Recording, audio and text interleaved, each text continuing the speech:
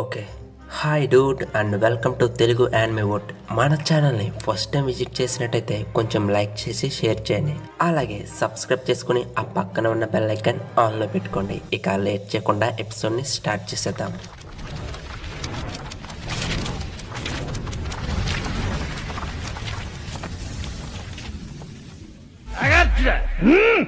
Episode స్టార్టింగ్లో ఎగ్గెహెడ్లో ఉన్న Luffy agents vacuum rocket నేరుగా ఎగ్గెహెడ్ ల్యాబో స్పేస్కి కనెక్ట్ అయి ఉందని, వేగపాంగ్స్ ఎటువంటి పరిస్థితుల్లోనూ ఇక్కడి నుంచి తప్పించుకోకూడదని వాటిని నాశనం చేసే టైంలో ఇప్పుడే వారి మీదకి అటాక్ జరుగుతూ ఉంటుంది. వీళ్ళ మీదకి హఠాత్తుగా ఎవరు దాడి చేస్తున్నారని పక్కకు పోయి తోకను చూస్తే కోమా PX-3 వీళ్ళపైకి దాడి చేస్తూ ఉంటుంది.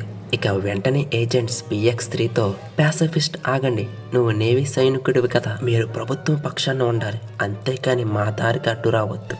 ఏజెంట్స్ ఇంతలా చెప్తున్నా కానీ అవేమీ పట్టించుకోకుండా PX-3 ఏజెంట్స్ పైకి అలా అటాక్ చేస్తూనే ఉంటుంది.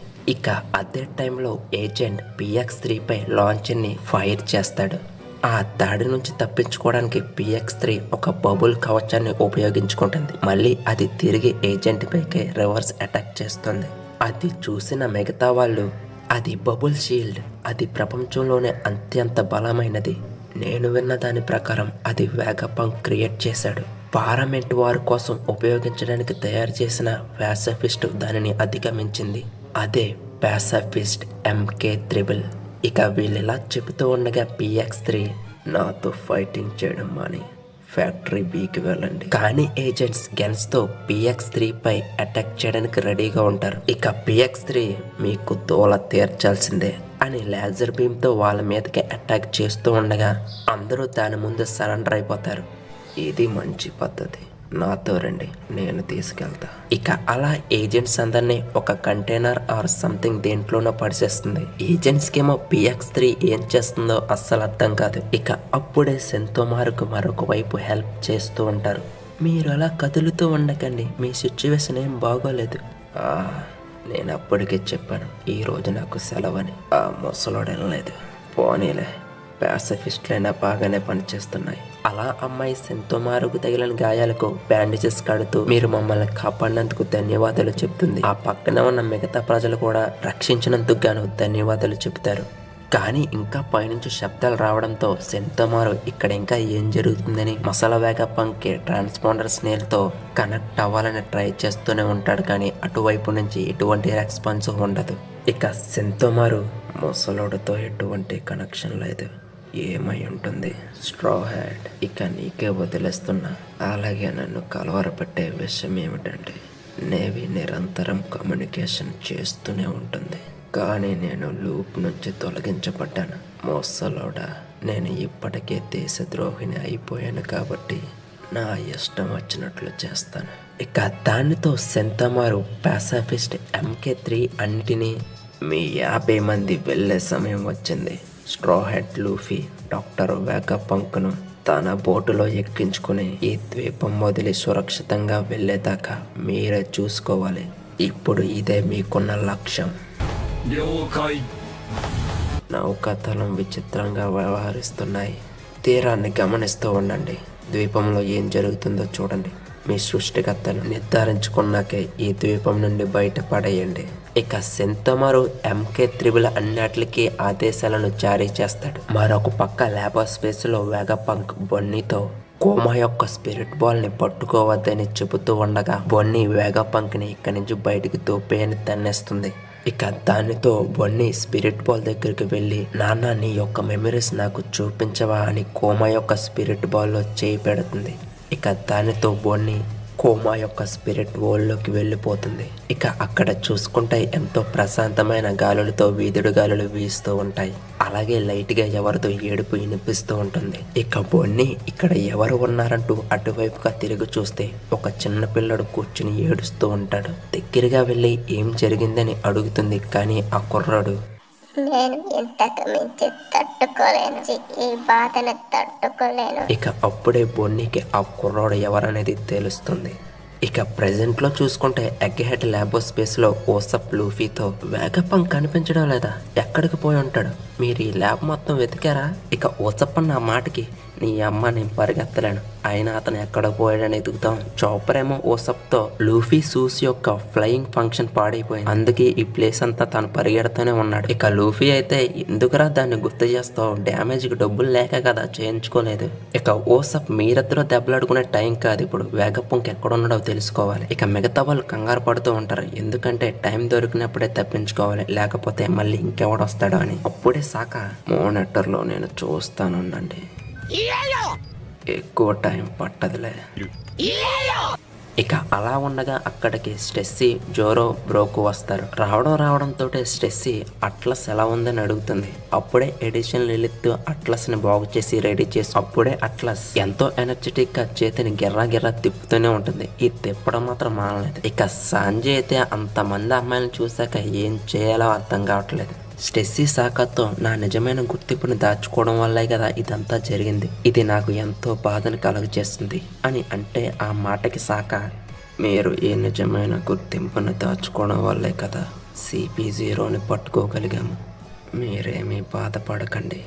నేను స్టెల్లాని చూడాలనుకుంటున్నాను, ఆమెకి ఏం జరిగింది? ఇప్పుడు 2 సాధారణ విషయాలు జరుగుతున్నాయి, కానీ కలత చెందకండి.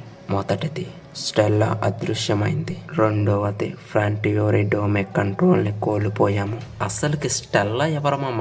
పోస్ట్ ఎపిసోడ్లో విన్నా, ఈ పేరు ఎక్కడో విన్నట్టుంది, కానీ గుర్తుకు రావట్లేదు. మీలో ఎవరికైనా తెలిస్తే కామెంట్ సెక్షన్లో కామెంట్ చేయండి మామ.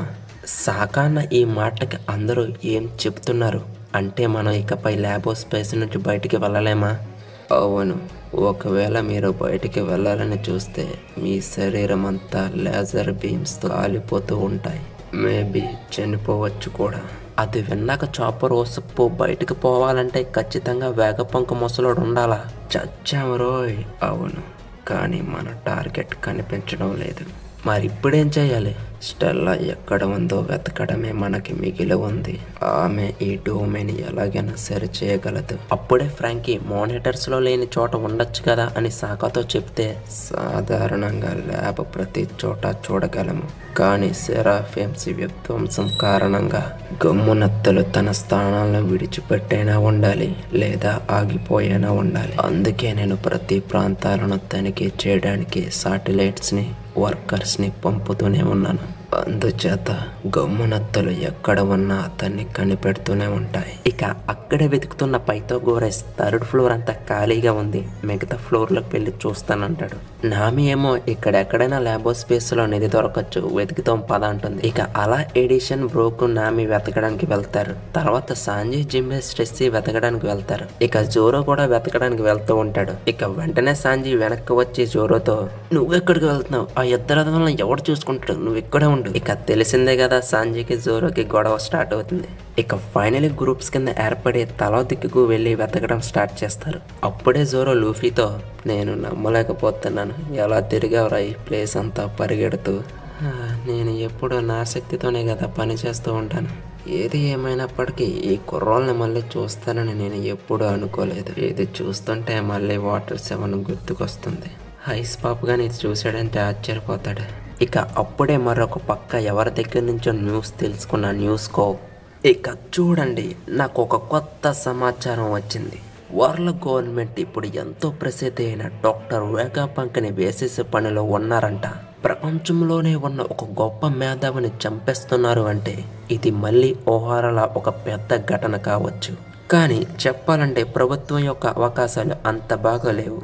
వేగపంక్ ప్రపంచంలో ఎంతో ఇష్టమైనవాడు, ఎందుకంటే చెప్తా వినండి. తన వివిధ శక్తులను అభివృద్ధి చేసి ప్రపంచవ్యాప్తంగా ఉన్న పట్టణాలతో వెలుగు నింపాడు. అయితే అక్కడ ఉన్నది ఎవరనుకుంటున్నారు? ఇతనే. ఇక మన వరల్డ్ ఎకనామిక్ జనరల్ యొక్క తదుపరి పరీక్ష. సముద్రానికి చక్రవర్తి అయిన స్ట్రోహెడ్ వేగపంక్ ని బందీగా ఉంచాడు. దీని కారణంగానే నౌకాదళం పూర్తిగా యుద్ధంలోకి దిగబోతుంది. ఒక సముద్రపు దొంగను నేరస్తుడిగా రూపొందించినట్లయితే వేగపంక్ మరణం ప్రభుత్వానికి నెగటివ్ ని తీసుకురావచ్చనే ఉద్దేశంతో ఈ నిర్ణయం తీసుకుని ఉండవచ్చు. ఇక అలా న్యూస్కో అక్కడున్న న్యూస్ రిపోర్టర్స్తో ఈ మ్యాటర్ అంతా రాయిస్తూ ఉంటాడు. అలాగే ఈ సమాచారాన్ని తీసుకొచ్చినందుకు గాను నేవీ హెడ్ క్వార్టర్స్కి వెళ్ళి వాడికి తగ్గ బహుమతిని తీసుకురమ్మని వాళ్ళకి చెబుతాడు. ఇక అక్కడే చీకటిలో ఉన్న ఒక అమ్మాయి, నువ్వు అర్థం లేని కథనం రాస్తున్నావో తెలుస్తుందా? అమ్ముడు, నువ్వు ఇప్పుడేమని అన్నావా? కొన్ని యాదృచ్ఛిక కథనాలను రూపొందించడానికి మీకు ఎంత ధైర్యం? లూఫీ ఎప్పటికీ అలాంటి పని చేయడు. ఇక అప్పుడే తెలుస్తుంది ఆ అమ్మాయి వీవి అని, అలబాస్ట్రో యొక్క యువరాణి. నాకు ఒకటి అర్థం కాలేదు. Egg head arc starting episode లో న్యూస్కోయే అలబాస్ట్రో యువరాన్ని ఎవడో కిడ్నాప్ చేసాడని ఆడే ప్రింట్ వేసాడు. తీరా చూస్తేనేమో ఈడి దగ్గరే ఉంది. Back to the episode. ఇక అక్కడే చూసుకుంటే వాల్పుల్ కూడా అక్కడే ఉంటాడు. అతను కింగ్ ఆఫ్ ఈవిల్ కింగ్డమ్ కి రాజు. వేవికి అలాగే వాల్పుల్ కి చిన్న కన్వర్జేషన్ జరుగుతూ ఉంటుంది. వాడేమో వరల్డ్ గవర్నమెంట్ ఈయనెక్కడ ట్రాక్ చేస్తుందేమోనని వాడు కంగారు పడిపోతూ ఉంటాడు. అప్పుడే న్యూస్కో వేవి ఆర్టికల్ ని తప్పని ప్రశ్నించినందుకు, నిన్నటి దాకా ఏడుస్తూనే ఉన్నావుగా, అయినా నా వ్యాపారంలో ఉన్నతమైనవిగా మరియు శక్తివంతంగానూ ఉంటాయి, వీటిలో నువ్వు జోక్యం చేసుకోకు. ఈ ప్రపంచాన్ని కదిలించేవాడు ఒకే ఒక్కడు, అది నేనే. అది నిజమా కాదా అనేది ముఖ్యం కాదు. న్యూస్ పేపర్ అనేది ఒక వినోదానికి సంబంధించింది.